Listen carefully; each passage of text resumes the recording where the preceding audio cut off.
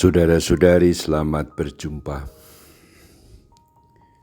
Saat ini saya ingin mengajak Anda untuk merenungkan makna adorasi sebagai saat Kristus diwartakan. Kata-kata ini saya ambil dari surat Santo Paulus, bagaimana dia atau kapan dia bersukacita.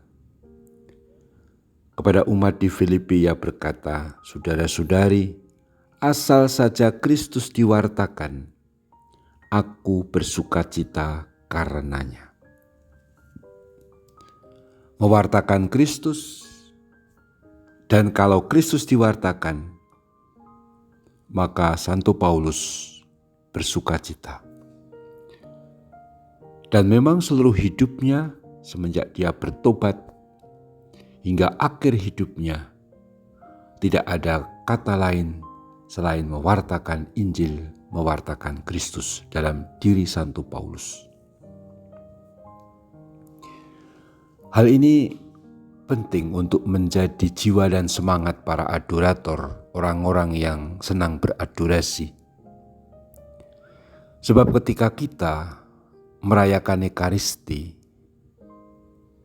kita merayakan karya penebusan Allah yang berlangsung dalam peristiwa puncaknya pada wafat dan kebangkitan Tuhan misteri Paskah. Dan itu yang dihadirkan dalam perayaan Ekaristi di atas altar dalam rupa roti dan anggur. Roti dan anggur menghadirkan secara nyata peristiwa 2000 tahun yang lalu ketika Tuhan Yesus menggenapi seluruh isi kitab suci, melaksanakan puncak karya penebusan ketika manusia seluruhnya dibebaskan dari dosa dan maut, sehingga kini boleh beroleh jalan kepada Bapa sumber keselamatan berkat Roh Kudus. Nah, dengan adorasi memandang sakramen Maha Kudus, maka kita sebenarnya memandang keselamatan kita, memandang apa yang menjadi kerinduan semua orang, yaitu diselamatkan oleh Allah, boleh hidup abadi bersama Allah sepanjang masa. Itulah cita-cita semua orang, mendapat damai abadi, ketentraman abadi, keselamatan. Pokoknya apa yang memang menjadi tujuan kita. Nah, itu sudah ada dalam diri Yesus Kristus. Maka ketika Santo Paulus menyadari hal ini berkat tentu saja pewahyuan Tuhan sendiri, dia bergerak kemanapun dengan pengorbanan yang hebat, penderitaan yang luar biasa, karena dia harus mengalami penganiayaan, penindasan, dipenjara, segala hal yang secara fisik menyakitkan dia alami. Tapi itu semua tidak ia anggap rugi, asalkan Kristus diwartakan. Dan hanya karena itu dia mengatakan, "Aku bersukacita." Maka adorasi itu adalah memandang keselamatan kita yang terjadi dalam diri Yesus Kristus. Kita mengalami sendiri melalui Ekaristi, Tuhan Yesus yang hadir dan menyelamatkan kita, mengampuni kita.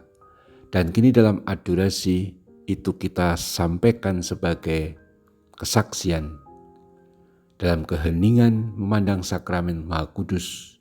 Kita memohon agar Kristus yang menyelamatkan dan yang hadir dalam sakramen Maha Kudus itu kini juga meraja, hadir di tengah masyarakat, bukannya di tengah gereja, tetapi di tengah masyarakat kita yang penuh dengan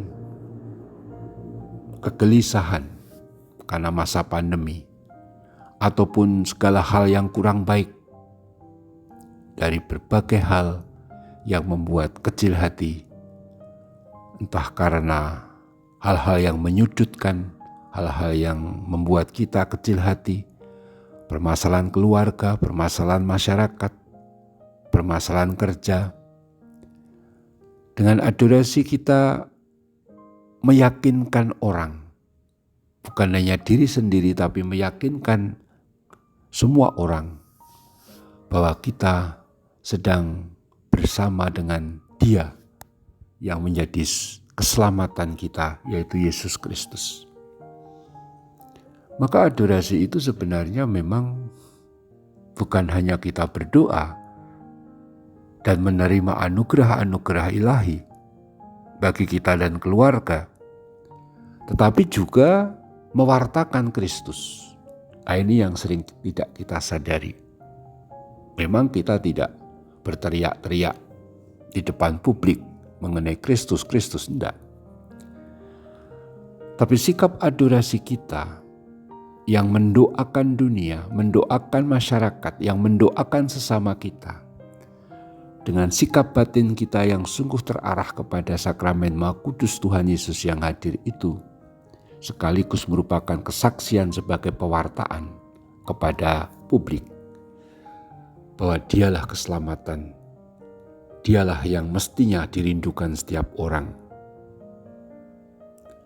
Kalau begitu, lalu adorasi bukan sekedar sikap egois, bahkan bukan sikap egois karena hanya mau berdoa untuk kepentingan pribadi, tapi sebuah kesaksian untuk mewartakan Kristus, sang sumber keselamatan sejati bagi dunia.